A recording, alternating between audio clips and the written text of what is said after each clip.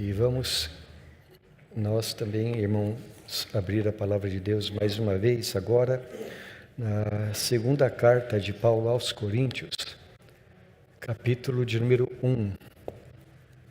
Nós iremos ler do versículo 3 até o versículo de número 7. Segunda carta aos Coríntios, capítulo 3, do versículo 1 ao versículo de número 7. Perdão, segundo os Coríntios 1, de 3 a 7. Bendito seja o Deus e Pai de nosso Senhor Jesus Cristo, o Pai das misericórdias e Deus de toda a consolação.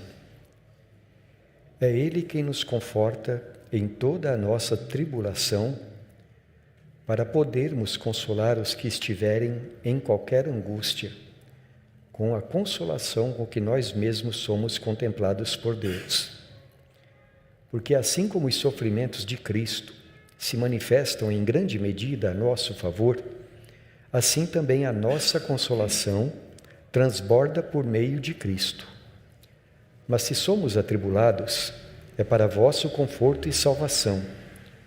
Se somos confortados, é também para o vosso conforto, o qual se torna eficaz, suportando vós com paciência os mesmos sofrimentos que nós também padecemos. A nossa esperança a respeito de vós está firme, sabendo que, como sois participantes dos sofrimentos, assim os sereis da consolação. Até nesse versículo, meus irmãos, vamos mais uma vez orar. Senhor, nós damos graças a Ti.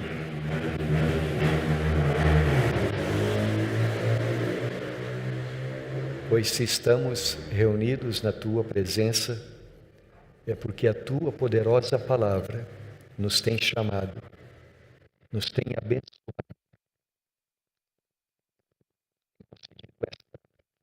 Graça, poder,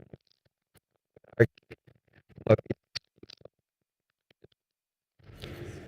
Pai, nós rogamos ao Senhor que, como a Tua palavra tem trazido a nós o conhecimento da Tua salvação, neste momento, quando nós vamos mais uma vez meditar, a Tua mesma palavra esteja nos santificando. Oramos em Cristo Jesus. Amém.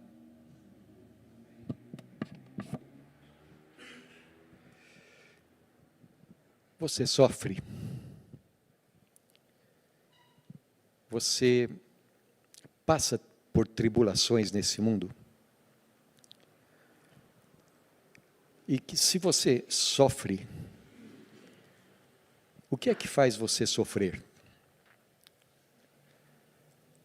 Será que uma pessoa que foi salva em Jesus Cristo, tendo seus pecados perdoados, tendo recebido o dom do Espírito Santo e a vida eterna, será que uma pessoa por quem Jesus sofreu na cruz, no seu lugar, levando ali as suas dores, será que uma pessoa assim ainda precisa passar por sofrimentos nessa vida?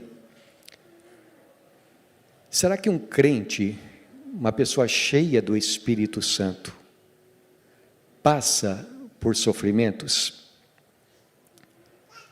Ou colocando de outro modo, será que uma pessoa que se diz feliz, ela pode sofrer? Ou será, colocando ainda de outro modo, será que uma pessoa pode sofrer e ainda assim estar bem emocionalmente? De bem com a vida? De bem com Deus? Algumas pessoas entendem que o sofrimento e a felicidade sejam duas coisas incompatíveis, que onde há um, não pode haver o outro. Que se Jesus sofreu na cruz no nosso lugar, isso significa que Ele sofreu para que nós não soframos mais. que Ele levou as nossas dores para que nós não tenhamos mais dores. E então, se uma pessoa experimenta sofrimento na sua vida, sendo crente, o que ela precisa fazer é eliminar este tipo de sentimento que deve vir de Satanás. Mas não era assim que Paulo entendia a vida de comunhão com Deus. Ele não entendia que os sofrimentos são incompatíveis com o fato de nós sermos felizes em Jesus Cristo.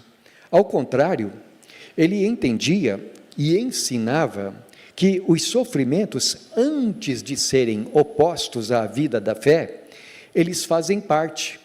Aliás, os sofrimentos fazem uma parte muito importante nessa nossa caminhada para o lar celestial. E quando ele escreveu esta carta aqui, tanto ele quanto os colaboradores de ministério dele, a saber, Timóteo e outros irmãos, assim como os leitores, para quem ele estava primeiramente escrevendo, quer dizer, a igreja de Corinto, eles haviam passado e estavam passando por grandes tribulações ligadas direta ou indiretamente ao fato de que eles tinham uma consciência diante de Deus e que queriam fazer a vontade de Deus no seu dia a dia. Os grandes amores da vida do apóstolo Paulo eram, primeiro, o Senhor Jesus, e segundo, o corpo de Cristo, a igreja pela qual Jesus morreu. E por causa desse amor que Paulo tinha pela igreja, ele diz aqui nesta carta que ele diariamente enfrentava várias lutas internas e também várias lutas externas. Eu quero dar alguns poucos exemplos para os irmãos. Nós pretendemos, se Deus nos conceder, estudar essa carta a partir de hoje, mas quero dar 2 ou 3 textos como exemplo para os irmãos do tipo de coisa que Paulo fala aqui nesta carta. Então, por favor, veja ali no capítulo 2, agora, de 2 Coríntios, os versículos 12 e 13. Então, primeiramente, esse texto aqui. 2 Coríntios 2, 12 e 13 está escrito assim: Ora, quando cheguei a Troade para pregar o evangelho de Cristo, e uma porta se me abriu no Senhor, não tive, contudo, tranquilidade no meu espírito, porque não encontrei o meu irmão Tito. Por isso, despedindo-me deles, parti para a Macedônia.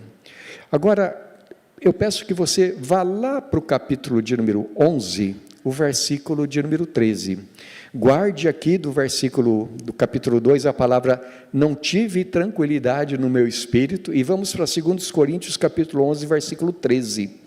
E aqui a palavra que eu quero destacar é a palavra receio. Paulo diz assim: mas receio que assim como a serpente enganou Eva com a sua astúcia, assim também seja corrompida a vossa mente e se aparte da simplicidade e pureza devidas a Cristo. E agora, meus irmãos, apenas mais um exemplo, no capítulo 12, versículo de número 7, Paulo escreve assim: e para que não me ensoberbecesse com a grandeza das revelações, foi-me posto um espinho na carne, mensageiro de Satanás, para me esbofetear, a fim de que não me exalte. Você deve ter percebido como em cada uma das referências, e são muitas aqui na segunda carta aos Coríntios, o apóstolo Paulo manifesta alguma fonte de preocupação para ele, alguma fonte de tribulação para o seu coração. No primeiro texto é porque ele havia combinado com um dos seus cooperadores, um irmão chamado Tito, que Tito iria à igreja de Corinto verificar o estado espiritual dos irmãos, e depois disso eles se encontrariam em Troade, uma outra cidade da Macedônia. Acontece que quando Paulo chegou naquela cidade, não encontrou seu irmão Tito, e então ele disse: embora eu tivesse uma porta aberta para pregar o evangelho, porque eu não fiquei sossegado, eu me despedi das pessoas ali e eu parti para a Macedônia. Mais tarde é que ele se encontrou com Tito e que ele teve tranquilidade no seu coração.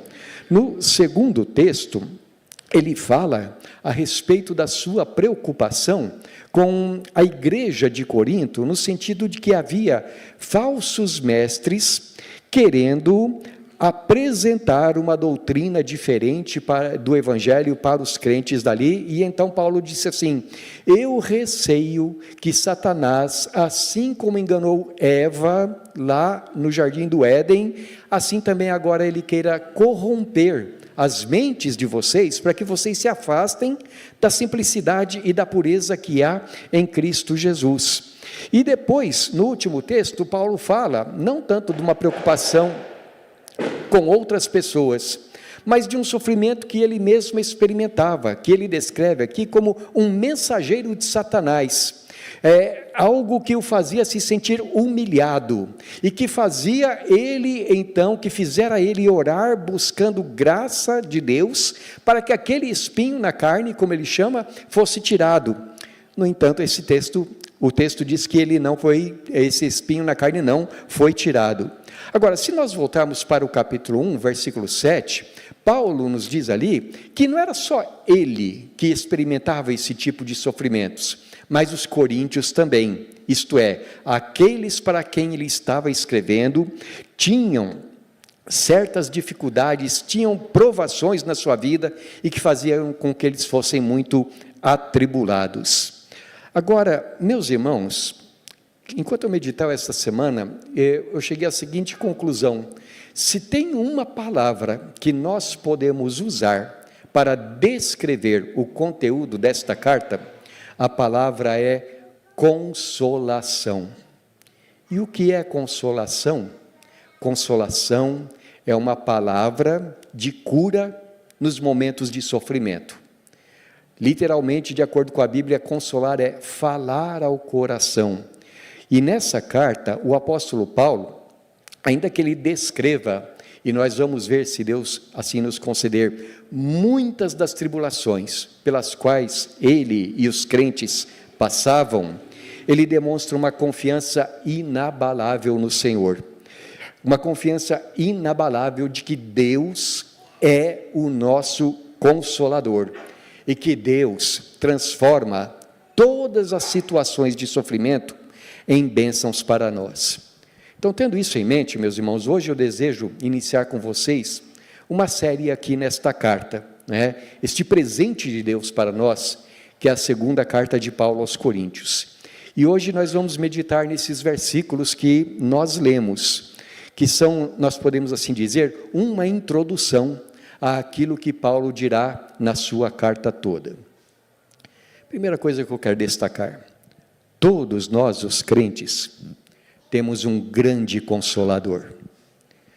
Mais uma vez, os versículos 3 e 4. Bendito seja o Deus e Pai de nosso Senhor Jesus Cristo, o Pai de misericórdias e Deus de toda consolação. É Ele quem nos conforta em toda a nossa tribulação, para podermos consolar os que estiverem em qualquer angústia, com a consolação com que nós mesmos fomos contemplados por Deus.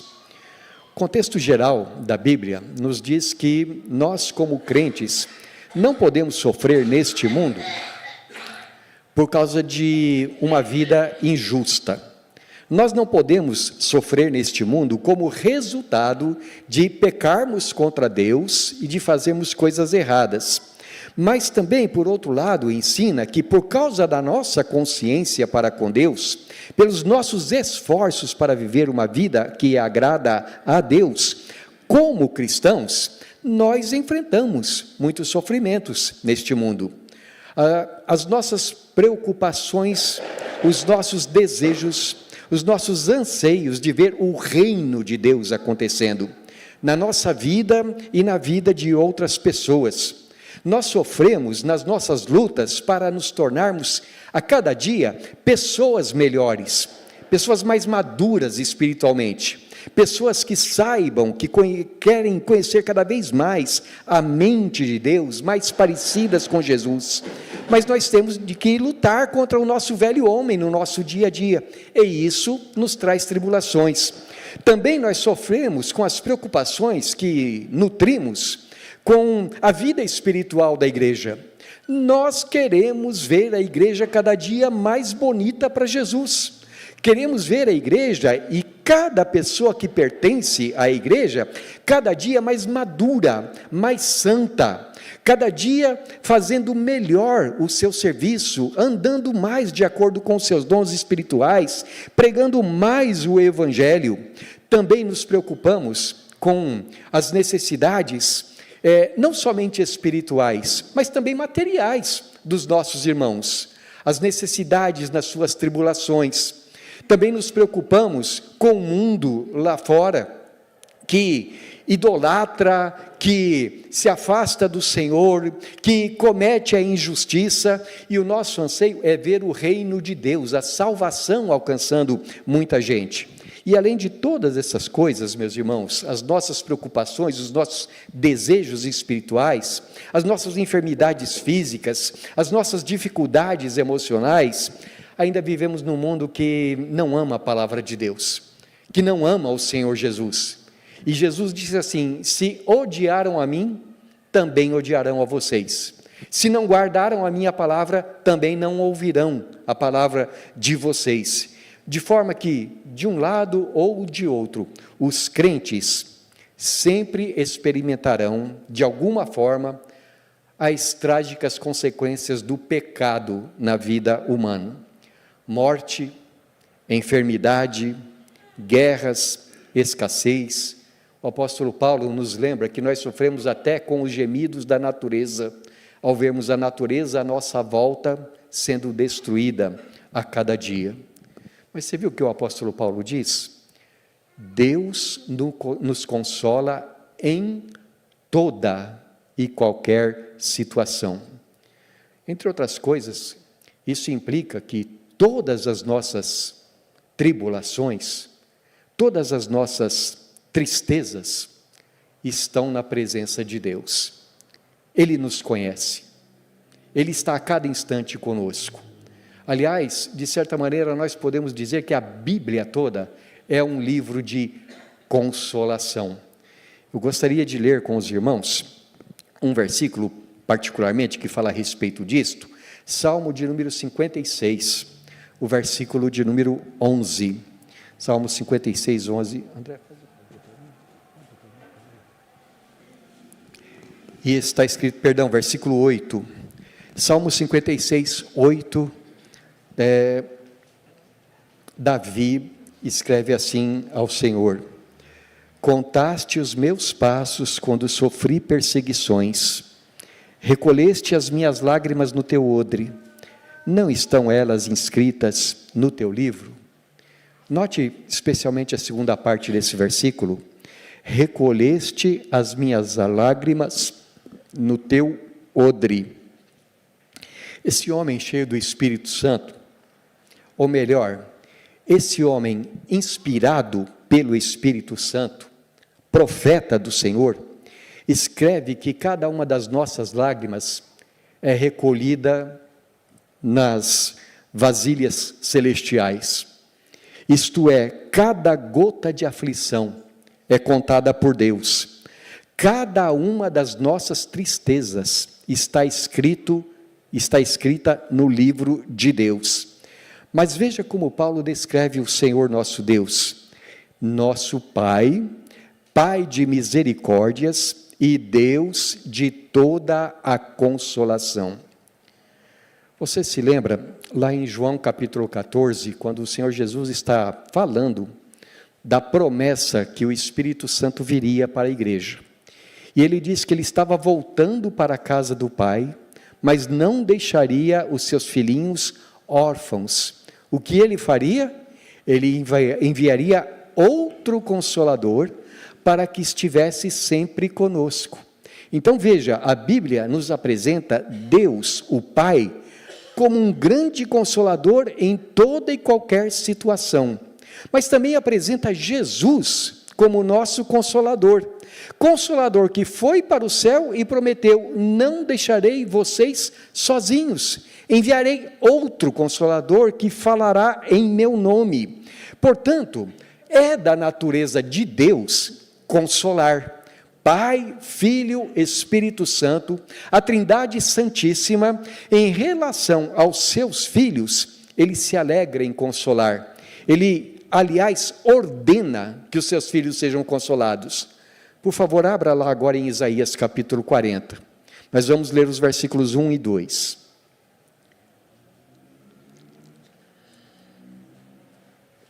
E Deus dá uma ordem ao seu profeta, dizendo assim: consolai, consolai o meu povo, diz o vosso Deus.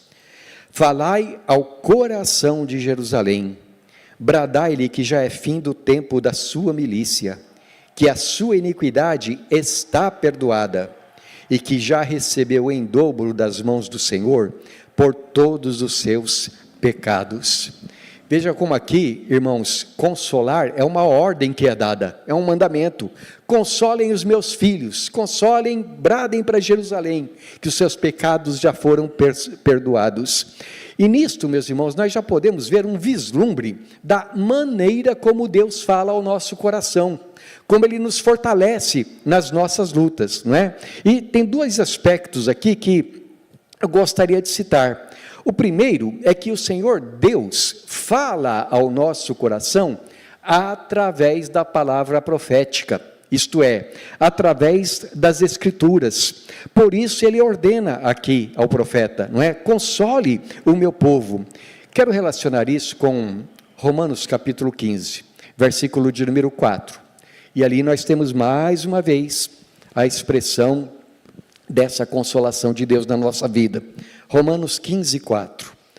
Pois tudo quanto outrora foi escrito, para o nosso ensino foi escrito, a fim de que pela paciência e pela consolação das Escrituras tenhamos esperança. Veja o que o apóstolo Paulo está dizendo. Cada porção da Escritura, cada texto da palavra de Deus foi escrito para nos consolar em toda e qualquer situação, até quando Deus nos repreende, até quando Deus nos corrige. Ele diz assim: eu é que sei que pensamentos tenho a vosso respeito, diz o Senhor, pensamentos de paz e não de mal, para vos dar o fim que desejais.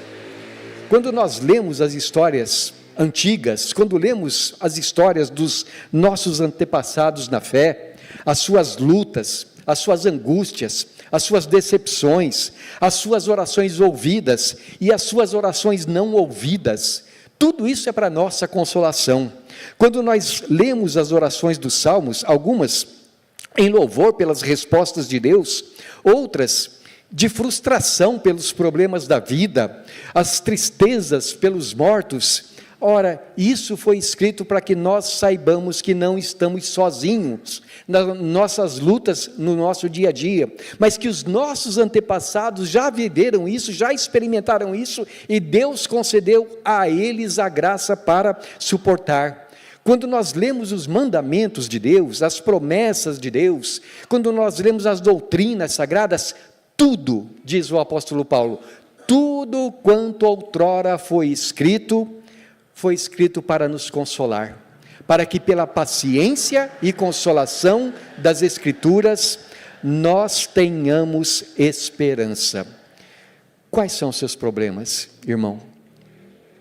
Quais são as coisas que te fazem sofrer? Olhe para esse livro maravilhoso, poderoso que você tem nas mãos. É a palavra de Deus para todas as situações da nossa vida. Mas nós podemos dizer que Deus nos consola através, num certo sentido, de tudo quanto acontece. Isto é, Deus nos consola através das pessoas que Ele coloca na nossa vida. Ele nos consola através das orações respondidas ou não respondidas. Ele nos consola através das circunstâncias. Agora eu quero destacar a maneira como Deus usa particularmente pessoas cheias do Espírito Santo para nos consolar. Segunda carta aos Coríntios, capítulo 1, versículo 4. Vamos voltar para o nosso texto. E Paulo, ele diz qual seria o resultado da consolação de Deus na sua própria vida. E ele diz assim: é Ele quem nos conforta em toda a nossa tribulação, para podermos consolar os que estiverem em qualquer angústia, com a consolação com que nós mesmos somos contemplados por Deus. Veja o que ele diz: olha, não é vão o sofrimento pelo qual eu passo, porque depois eu posso ser instrumento de Deus na vida de vocês. O que eu quero destacar no momento, meus irmãos, é no sentido inverso, é que Deus usa na nossa vida pessoas nas quais Ele já tem trabalhado o coração, que Ele já tem abençoado para que o conheçam e falem ao nosso coração nas nossas angústias, nas nossas tristezas. Você bem sabe que para compreender o coração de outra pessoa, uma das melhores coisas é a gente já ter passado por aquilo que ela está passando primeiro, não é? E é isso que diz o apóstolo Paulo. E ele mesmo, Paulo, ele testemunha como, na vida dele, a companhia de outros irmãos era algo que trazia consolo. Segunda carta aos Coríntios, capítulo de número 7, versículos 5 a 7, capítulo 7, de 5 a 7, está escrito assim: porque chegando nós a Macedônia, nenhum alívio tivemos, pelo contrário, em tudo fomos atribulados, lutas por fora, temores por dentro, porém Deus, que conforta os abatidos, nos consolou com a chegada de Tito, e não somente com a sua chegada, mas também pelo conforto que recebeu de vós, referindo-nos à vossa saudade, o vosso pranto, o vosso zelo por mim, aumentando assim meu regozijo. Veja como ele diz aqui: olha, eu chegando na Macedônia, quando nós chegamos lá, pensando em encontrar algum alívio, foi tudo ao contrário. Lembra daquele ditado? Problemas nunca vêm sozinhos, problemas são como bananas, vêm sempre em pencas, né? Foi isso que aconteceu com Paulo. Ele chegando na Macedônia, ao invés dele sossegar um pouco, ele foi mais tribulação, mais problemas, lutas por fora, temores por dentro, mas Deus conforta os abatidos. E como é que Deus confortou Paulo nessa ocasião? Ele foi confortado com a chegada de Tito, aquele homem que ele queria ter encontrado em Troade e não conseguiu. E ele falou: bom, finalmente agora meu coração pode respirar. E Tito estava com boas notícias. Ele falou: olha, a igreja de Corinto está com muita saudade de você, Paulo. E aquilo então foi um bálsamo no coração dele. Sim, irmãos, amizade é uma coisa que conforta. Boas notícias são coisas que confortam. E Paulo via, quando isso acontecia, o conforto de Deus na vida dele. Enfim, Deus pode usar qualquer meio, uma resposta de oração, uma iluminação da mente quando estamos meditando nas Escrituras, uma palavra santificada, a resposta a uma preocupação, o agir de Deus em nossas vidas.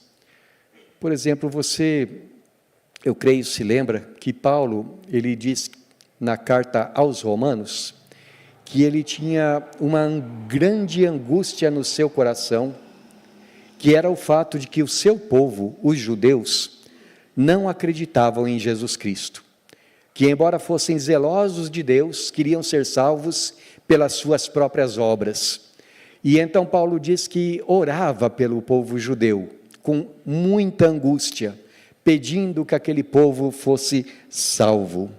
A maioria dos seus auxiliares, inclusive, não era de judeus também. A maior parte deles eram gentios. Mas, lá na carta aos Colossenses, Paulo fala a respeito de algumas pessoas que eram um conforto para a vida dele. Colossenses capítulo 4, versículos 10 e 11. Paulo, terminando a sua carta e enviando as saudações finais para a igreja de Colossos, diz assim: saúda-vos Aristarco, prisioneiro comigo, e Marcos, primo de Barnabé, sobre quem recebestes instruções. Se ele for ter convosco, acolhei-o, e Jesus, conhecido, por justo, os quais são os únicos da circuncisão que cooperam pessoalmente comigo pelo reino de Deus. Eles têm sido o meu lenitivo. Essa palavra é muito interessante, é muito importante. Lenitivo é conforto, é consolo. E ele diz assim, olha, de todos os da circuncisão, isto é, de todos os judeus, esses 3 são os únicos que cooperam comigo no reino de Deus. Mas eles fazem bem ao meu coração. Eles me ajudam. Terceiro, quando nós somos consolados por Deus, nós nos tornamos pessoas melhores. Voltando para o texto do capítulo 1, Paulo fala sobre pelo menos 2 consolações do Senhor, mencionadas aqui. Primeiro, ele diz que por causa das consolações dos nossos sofrimentos, nós nos tornamos mais parecidos com Jesus. E a segunda coisa é que ele diz que por causa de nós nos tornarmos mais parecidos com Jesus, nós podemos consolar outras pessoas. Veja primeiramente no versículo 5. Porque assim como os sofrimentos de Cristo se manifestam em grande medida a nosso favor, assim também a nossa consolação transborda por meio de Cristo.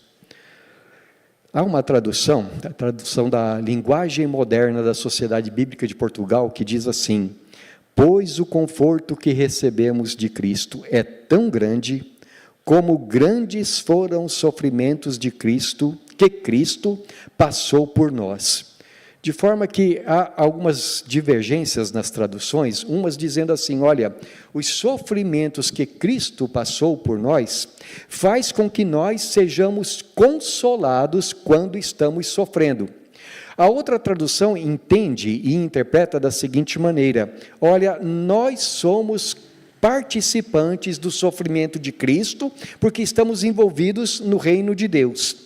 Agora, seja qual for a tradução, aqui nós podemos aprender a mesma coisa, isto é, nós nos identificamos com Cristo nos seus sofrimentos e Ele se identifica conosco, de tal forma que nós aprendemos a ser como Ele, e o resultado é que nós consolamos, versículo 6, mas se somos atribulados, é para vosso conforto e salvação. Se somos confortados, é também para o vosso conforto, o qual se torna eficaz, suportando vós com paciência os mesmos sofrimentos que nós também padecemos. Isto é, uma vez que nós experimentamos sofrimentos, depois a gente pode confortar a outras pessoas. Nós podemos ser bênção na vida de vocês, nós podemos consolar vocês, e assim por diante, na vida de todos aqueles que conhecem Jesus. Há uma oração atribuída a Francisco de Assis, embora não se saiba quem realmente a escreveu, mas o que importa é o conteúdo dela, e que eu creio que muitos de vocês a conhecem, e que descreve bem a atitude daquele que conhece as consolações de Deus e quer ser instrumento na vida de outros. Diz assim: Senhor, faça de mim um instrumento de tua paz. Onde houver ódio, que eu leve amor. Onde houver ofensa, que eu leve perdão. Onde houver discórdia, que eu leve união.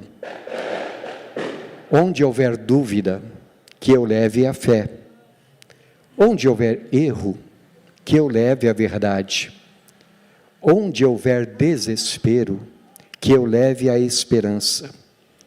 Onde houver tristeza, que eu leve a alegria. Onde houver trevas, que eu leve a paz. Ó Mestre, faça que eu procure mais consolar que ser consolado, compreender que ser compreendido, amar que ser amado, pois é dando que se recebe, é perdoando que se é perdoado, e é morrendo que se vive para a vida eterna. A palavra de Deus nos lembra que, neste mundo cheio de sofrimentos, nós, que somos crentes em Cristo Jesus, temos alguém muito especial, alguém que fala ao nosso coração e que nos conforta em toda e qualquer situação. A palavra de Deus nos consola falando de perdão para os nossos pecados. Ela fala da presença do Senhor em qualquer angústia que nós estivermos experimentando. Deus nos fala pelas Escrituras. Deus também nos consola com a vida de outros irmãos. E quando consolados por Deus, nossos corações se tornam melhores. Nós nos tornamos pessoas melhores, a fim de que, mais parecidos com Jesus, possamos consolar outras pessoas também. Mas como conhecer isso? Como experimentar isso? Porque algumas pessoas, quando sofrem, em vez de se tornarem melhores, se tornam amargas. Há pessoas que, ao invés de lidar corretamente com o sofrimento, ao invés de se tornarem melhores, ficam cultivando dó de si mesmas, autocomiseração. Há daquelas que se tornam pessoas iradas, queixosas, e se cumpre na vida delas aquilo que Deus disse para ajudar: eu te acrisolei, mas disso não resultou prata, diz o Senhor dos Exércitos. Vocês não se tornaram pessoas melhores. Então, como é que nós podemos experimentar consolo e crescimento?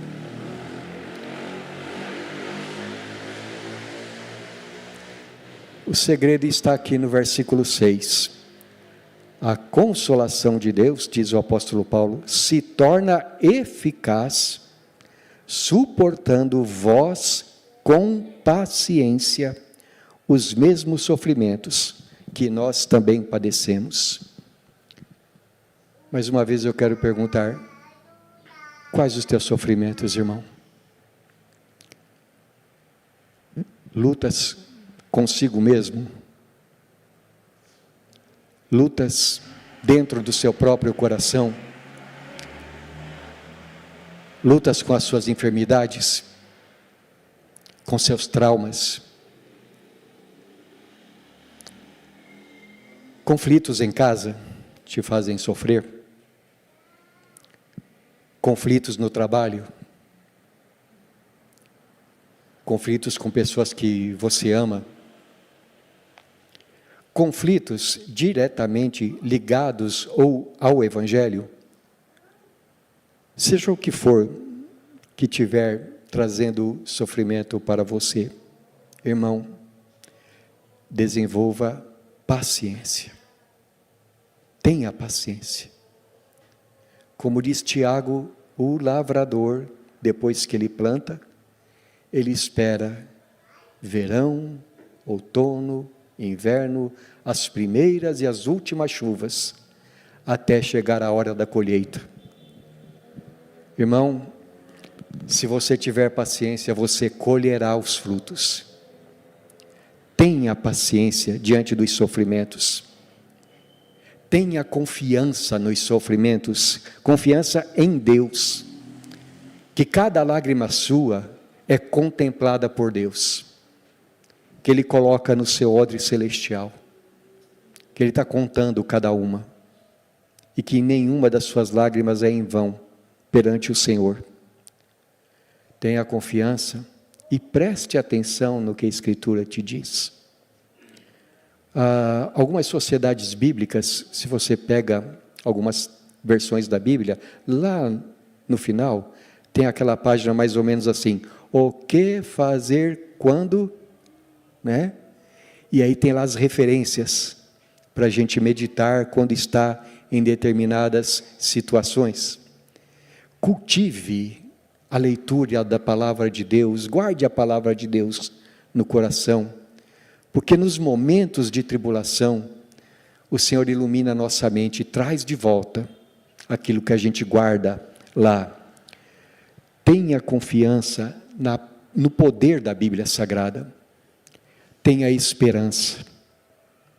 Pode a tristeza durar todo o amanhecer, mas, como diz o apóstolo Paulo, a noite já vai alta, o dia já vem, e está mais perto a vinda do Senhor do que no primeiro dia em que nós cremos. Pode a tristeza durar até o anoitecer, mas pela manhã vem a alegria.